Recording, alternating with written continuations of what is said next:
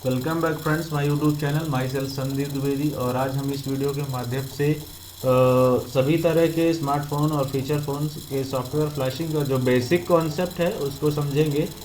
तो जब हम किसी फ़ोन को अनलॉक करना चाहते हैं या हमारा फ़ोन स्लो वर्क करता है या बार बार लोगों पर हैंग हो रहा हो या वायरस का जो प्रॉब्लम है वो हो रहा हो या हम अपने फ़ोन का जो वर्ज़न है वो लेटेस्ट वर्ज़न में अपग्रेड करना चाहते हैं, तब हम सॉफ्टवेयर फ्लैशिंग करते हैं किसी भी फ़ोन में।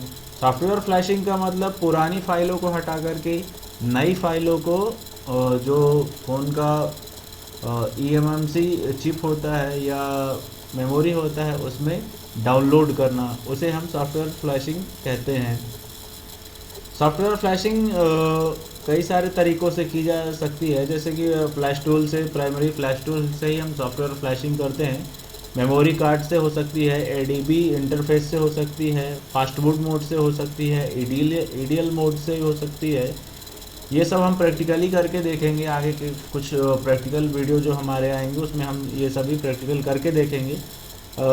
अब किस तरीके से कौन सा हैंडसेट फ्लैश होगा, यह डिवाइस मैन्युफैक्चरर और चिपसेट के मैन्युफैक्चरर के द्वारा दिए गए फर्मवेयर और उसके टूल पर डिपेंड करता है। सभी कंपनियों के अपने अपने फ्लैश टूल और अलग अलग फ्लैशिंग प्रोसीजर होता है और कुछ स्टैंडर्ड फ्लैशिंग प्रोसीजर भी होता है जो कि CPU और चिपसेट के ऊपर डिपेंड होता है। जैसे MediaTek, spectrum, Qualcomm, RDA, master या कूल सेंड के ज़्यादातर हैंडसेट अपने चिपसेट के टूल से ही फ्लैश किए जाते हैं। पर जैसा कि मैंने भी कहा कि फ्लैश टूल और फ्लैशिंग प्रोसीजर डिवाइस के मैन्युफैक्चरर के ऊपर डिपेंड करता है।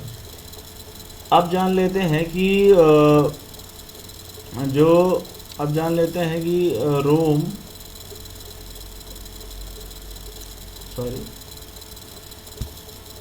रोम फाइल्स के टाइप क्या होते हैं। तो दो टाइप के रोम फाइल इंटरनेट पर उपलब्ध होते हैं। एक तो स्टॉक रोम जो कि हमारा ओरिजिनल फैक्ट्री फर्मवेयर होता है, जिसे ओरिजिनल फैक्ट्री फर्मवेयर भी बोलते हैं। और दूसरा जो होता है वो कस्टम रोम होता है, जो कि एक कस्टमाइज एवं मॉडिफाइड फर्मवेयर फाइल होती है। यह बेसिक एंड्रॉयड ऑपरेटिंग सिस्टम के सोर्स कोड में मॉडिफिकेशन करके बनाई जाती है। स्मार्टफोन के ऑपरेटिंग सिस्टम फर्मवेयर बनाने वाली कंपनियां के कुछ मैं नाम बताना चाहूँगा, जैसे कि MIUI, cyanogen, cool UI, colour OS, Funtouch OS है, जो कि मुख्य रूप से एंड्रॉयड के मॉडिफाइड ऑपरेटिंग सिस्टम को डिवाइस मैन्युफैक्चरर्स के लिए बनाते हैं। और ये जो डिवाइस मैन्युफैक्चरर हैं वो इन सभी कंपनियों से अपने फ़ोन्स के लिए ऑपरेटिंग सिस्टम को डिज़ाइन करवाते हैं।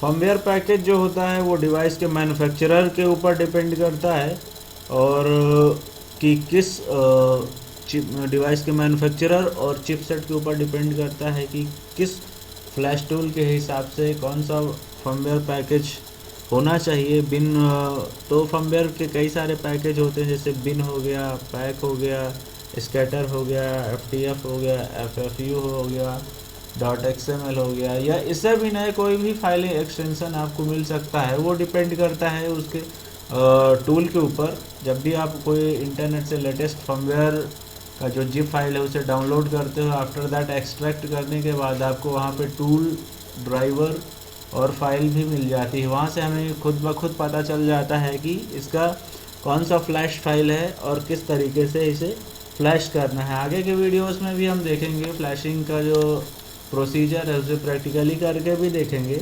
अब जान लेते हैं कि रोम चिप या eMMC स्टोरेज मेमोरी का साइज़। यही eMMC चिप हमारी बूट और कॉन्फ़िगरेशन फाइल को होल्ड करके रखती है। इस eMMC चिप का storage size 2GB, 4GB, 8GB, 16GB, 32GB, 64GB होता है। इसमें 3 पार्टीशन होते हैं, प्राइमरी बूट, रिकवरी पार्टीशन और यूज़र के लिए इंटरनल स्पेस। अब जान लेते हैं फ्लैशिंग मोड्स के बारे में। फ्लैशिंग मोड की जो सेटिंग है वो फ्लैश टूल के ऊपर डिपेंड करती है। जैसे कि डाउनलोड ओनली मोड, इस मोड में सिर्फ बूट और कॉन्फ़िगरेशन की न्यू फाइल पुरानी फाइल से रिप्लेस हो जाती है। Firmware upgrade mode means that कि जो सिर्फ बूट का पार्टीशन है वो उस बूट की पार्टीशन की सारी फाइलों को इरेज करके नई फाइलें बूट की पार्टीशन पर होल्ड कर दी जाती हैं या डाउनलोड कर दी जाती हैं। और पूरा फॉर्मेट प्लस डाउनलोड में आपका पूरा जो eMMC चिप है वो पूरा रिपार्टीशन होता है, फिर उसके ऊपर आपकी नई फाइलें डाउनलोड होती हैं। यहाँ पर मैं किसी पार्टिकुलर किसी एक टूल की बात नहीं कर रहा, ये एक बेसिक कॉन्सेप्ट है जो कि टूल के ऊपर डिपेंड करता है कि वो हमें कितने ऑप्शन eMMC स्टोरेज को एक्सेस करने के देता है, फॉर्मेट इरेज या ओनली डाउनलोड करने का। तो बेसिकली लगभग सभी टूल्स में ये ऑप्शन अवेलेबल रहते हैं। तो फ्लैशिंग करने के पहले आप सेट भी कर सकते हैं अपने फ्लैश टूल को, या कस्टमाइज भी कर सकते हैं कि क्या सेटिंग आपको चाहिए है। जैसे डीएल मोड भी लेटेस्ट की जो मीडियाटेक के CPU हैं, चिपसेट हैं या फ़ोन्स हैं, उनमें एक नया प्रॉब्लम आ रहा है डीएल इमेज फेल्ड का। तो वो टूल SP फ्लैश टूल से जब आप चेकसम का बॉक्स को क्लिक करके फ्लैश करते हैं तो वो सब एरर हट जाती है। तो ये सब हम देखेंगे प्रैक्टिकली वीडियोस में, बट यहाँ पे मैं बात कर रहा था टूल्स की।